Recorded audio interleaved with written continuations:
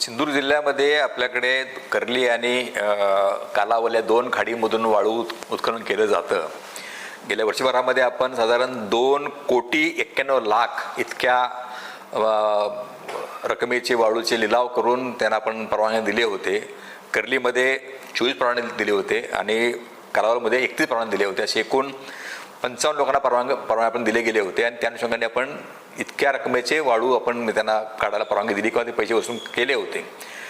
काही ठिकाणी अनधिकृत बांधकामासाठी वाळू वापरली जाते. ती वाळूच्या गाड्या तपासणी आपण करत असतो. वर्षभरामध्ये आपण साधारण वेंगुर्ला तहसीलदारांनी साधारण 64 गाड्यावरती कारवाई केलेली आहे. सावंतवाडीच्या तहसीलदारांनी कारवाई केली आहे. वालवंच्या तहसीलदारांनी कारवाई केली आहे. मी स्वतःही रात्रीच्या फिरून काही गाड्यावर कारवाई केलेली आहे. त्यामुळे अनधिकृत वाळूवरती जे आपण कारवाई करत नाही असे होत नाही. आपण कारवाई करत असतो. आता जी बातमी लागली आहे कोकण 7मध्ये त्या अनुषंगाने आता मी पाहणी करायला सांगितले आहे आणि त्याच्यावर पण कारवाई केली जाईल जर अवैध असतील तर.